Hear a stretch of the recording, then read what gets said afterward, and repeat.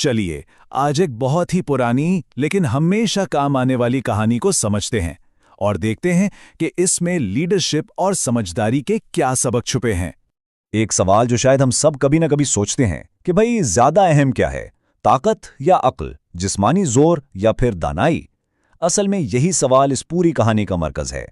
तो कहानी शुरू होती है एक घने हरे भरे जंगल से। आप तसव्वुर करें, वहां सब जानवर बड़े आराम और सुकून से रह रहे थे। लेकिन उस सुकून के पीछे एक डर भी था, एक खौफ जो हमेशा उनके सर पे मंडलाता रहता था। अच्छा, इस जंगल में एक बहुत ही समझदार और बुजुर्ग हाथी भी था। सब जानवर उसकी बड़ी इज्जत करते थे। पता है क्यों? क्योंकि वो बहुत दाना और इंसाफ पसंद था। वो सिर्फ एक हाथी नहीं था, बल्कि यूं समझें कि वो पूरे जंगल का लीडर था, सबका सहारा था। जैसा मैंने कहा, एक खौफ था ना, वो खौफ था शिकारियों का। वो लोग बाकायदगी से जंगल में आते थे और किसी न किसी जानवर को पकड़ने के लिए जाल बिछाते। ये एक ऐसा डर था जो कभी खत्म ही नहीं होता था। फिर हुआ ये कि एक दिन शिकारियों ने एक नया प्लान बनाया। इस बार उन्होंने एक ऐसा खतरनाक जाल बिछाया जो पहले कभी नहीं बिछाया था। एक ऐसा जाल जो दिखाई भी नहीं देता था और जो किसी की भी जिंदगी एक पल में बदल सकता था। उनका मंसूबा था तो बड़ा सीधा साधा, लेकिन था बहुत चालाकी वाला। उन्होंने क्या किया कि एक गहरा गड्ढा खोदा और फिर इसे ऊपर से पत्तों और घास से बिल्कुल छुपा दिया। मतलब किसी को पता ही न चले कि नीचे कुछ है, और बस इंतजार करने लगे कि कब कोई जानवर इसमें फंसता है। और उन्हें ज्यादा इंतजार करना भी नहीं पड़ा। कुछ ही देर में एक बेचारा हिरन इस जाल में फंस गया। वो गड्ढे में गिर गया और उसकी मदद के लिए चीखें पूरे जंगल में फैल गईं। सब जानवरों में एकदम बेचैनी और घबराहट फैल गई। अब देखें, जहां सारे जानवर डरे हुए और परेशान थे, वहां वो बुजुर्ग हाथी सामने आया। उसके चेहरे पर डर नहीं था, बल्कि एक ठहराव था, एक सोच थी। उसे देखकर सबको थोड़ी उम्मीद बंधी। उसने सबको इकट्ठा किया और कहा, घबराओ मत, हर मसले का हल होता है। और ये सिर्फ कहने की बात नहीं थी, ये एक लीडर का भरोसा था।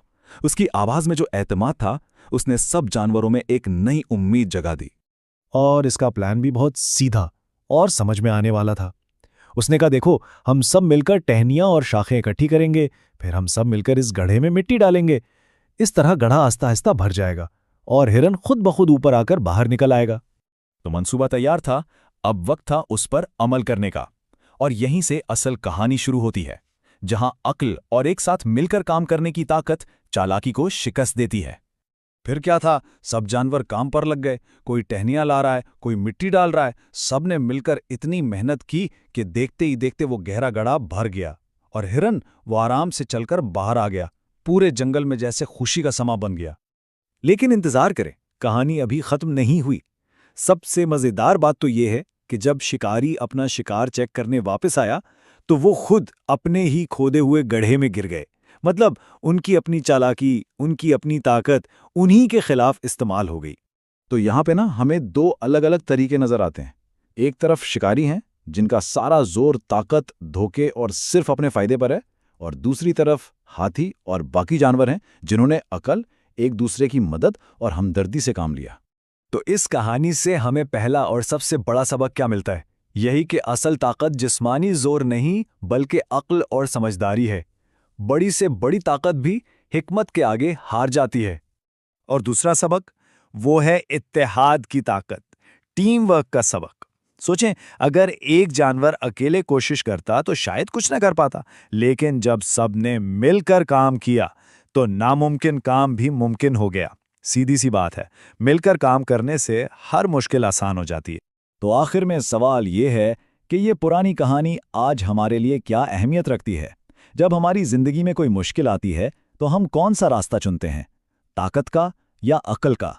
क्या हम अकेले इस मसले से लड़ते हैं या दूसरों के साथ मिलकर इसका हल निकालते हैं? ये सवाल जितना इस जंगल के लिए अहम था, उतना ही आज हमारी दुनिया के लिए भी अहम है। अगर आपको मेरी वीडियो पसंद आई है तो प्लीज मेरे चैनल को सब्सक्राइब करें और वीडियो को लाइक करें और दबाने ना भूलें।